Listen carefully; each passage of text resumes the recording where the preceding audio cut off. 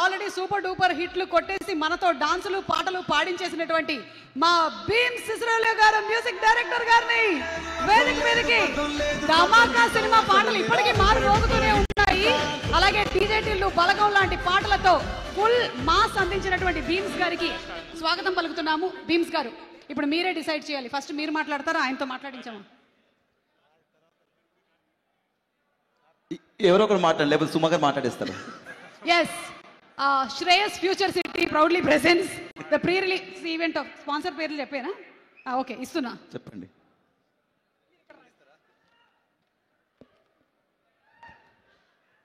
అందరికీ నమస్కారం.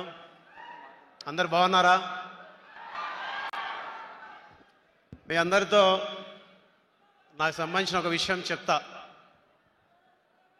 ధమాకా చేసి దాని తర్వాత చిరంజీవి సార్ సినిమా చేసే వరకు ప్రతి పాట వెనక, ప్రతి ప్రోత్సాహం వెనక ఒక మానసిక స్థైర్యం ఒకరున్నారు. ఆయన గురించి చెప్పే ముందు మీ అందరికీ ఒకటి చెప్పాలి. నిన్ను వదిలి ఉండలేను, నిన్ను విడిచి వెళ్ళలేను, ఎట్లా నేను చేద్దును, ఎట్ల పడినే సద్దును,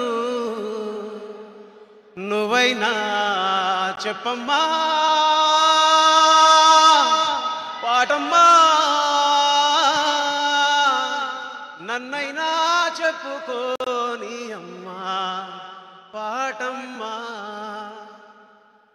ఎడ్లు గాసే గొడ్లు గాసే పిల్లవాణ్ణి తీసుకొచ్చి ఊరుగాని ఊరిలోన, దారిగాని దారిలోన విడిచిపెట్టి పోయినావమ్మా, ఎట్లా నేను సెద్దునో,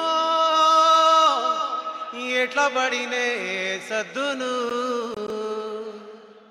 అలా ఒకరోజు నేను సెల్ ఫోన్ తీసుకొని ఒక సెల్ఫ్గా ఒక వీడియో తీసుకుంటూ ఉన్నా. ఆ వీడియో తీసుకుంటున్నప్పుడు ఆ వీడియోలో కుర్చీలో కూర్చున్న నా భార్య, ఇద్దరు పిల్లల్ని కూడా వీడియో తీసా. ఆ వీడియో తీసేటప్పుడు వాళ్ళకి తెలియదు నేను ఎందుకు వీడియో తీస్తున్నానా అని. అప్పటికి ఇంటికి కిరాయి ఎలా కట్టాలి, పిల్లల్ని ఎలా చదివించుకోవాలి, ఎలా బతకాలి, రేపు ఎలా గడపాలి అనే ఒక సందేహంలో చిట్ట చివరి రోజుల్లో, చిట్ట చివరి క్షణంలో ఉన్నప్పుడు, మా ఇంట్లో సెల్ ఫోన్ సిగ్నల్స్ రాని ఒక ఇంట్లో నేను ఉంటున్నప్పుడు ఒక ఫోన్ కాల్ వచ్చింది. మీరు పీపుల్స్ మీడియా ఆఫీస్కి రావాలి అని. మీరు ఎవరిని పిలిచారంటే భీమ్స్ మీరేనా అంటే నేనే అన్నాను. బట్ నన్ను పిలిచేటటువంటి అవకాశమే లేదు అంత పెద్ద కంపెనీ నుంచి. కానీ అలాంటి కంపెనీ నుంచి నాకు అవకాశం వచ్చింది. ఆ టైంలో నా సిచ్యువేషన్ ఏంటో తెలుసా? ఈ భూమి మీద నాకు నూకలు చెల్లిపోయాయి, నాకు జీవితం లేదు, నా భార్య పిల్లలకు కూడా జీవితం లేదు, అందరినీ కట్టగట్టుకుని ఒకేసారి పైకి వెళ్ళిపోదాం అని అనుకున్నాం. అలాంటి సమయంలో ఒక దేవుడి లాగా, ఒక జీసస్ లాగా, ఒక అల్లా లాగా, ఒక రాముడి లాగా, ఒక తిరుపతి వెంకటేశ్వర స్వామి లాగా, మనందరం మొక్కే దేవుళ్ళలాగా ప్రత్యక్షంగా ఒక మనిషి ప్రత్యక్షమై నా కోసం నిలబడితే, ఆ నిలబడ్డ వ్యక్తి పేరు, శక్తి పేరు, వ్యవస్థ పేరు రవితేజ సార్.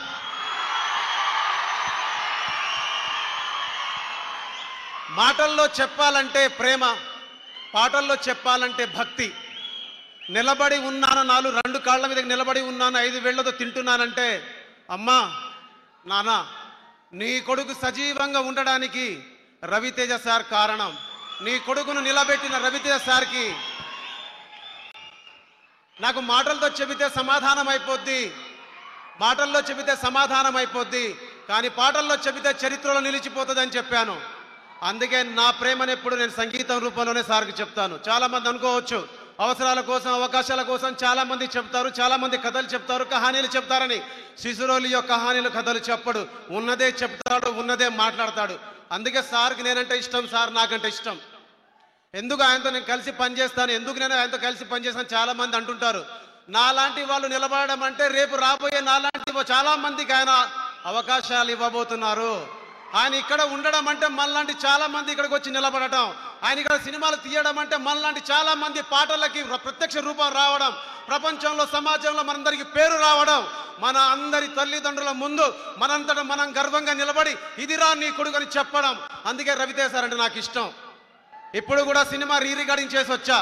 ఆవేశంలోనో లేదంటే ఇంకేదో చెప్పడానికో ఏం మార్చడానికో నేను చెప్పట్లే. మళ్ళీ చెప్తున్నా, మార్క్ మై వర్డ్స్. ఒక బ్లాక్ బస్టర్ సినిమాకి సంగీతం అందించాను. బ్లాక్ బస్టర్ సినిమా ఇచ్చినందుకు రవితేజ సార్కి, భాను సార్కి, ఎస్పెషల్లీ వంశీ గారికి, అలాగే ఈ సినిమాలో చేసిన ప్రతి టెక్నీషియన్కి, ప్రతి రచయితకి, అలాగే రాజేంద్ర ప్రసాద్ సార్కి, మనందరి ఫేవరెట్ శ్రీలీల మేడంకి మనస్ఫూర్తిగా థ్యాంక్ యూ సో మచ్.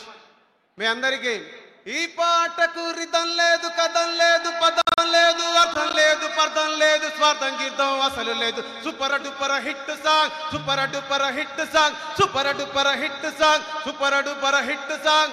ఈ పాట చేసినప్పుడు చాలా మంది అన్నారు, చాలా కామెంట్స్ వస్తున్నాయని. నేను ఎంటర్టైన్ చేయడానికి ఈ పాట చేశా. ఈ పాటకు రిధం లేదు, కథం లేదు, పదం లేదు, అర్థం లేదు, పర్థం లేదు, స్వార్థం గీతం అసలు లేదు, ఏమీ లేదు, కానీ సూపర్ హిట్ సాంగ్ అంటే నవ్వుకుంటానని చేశా.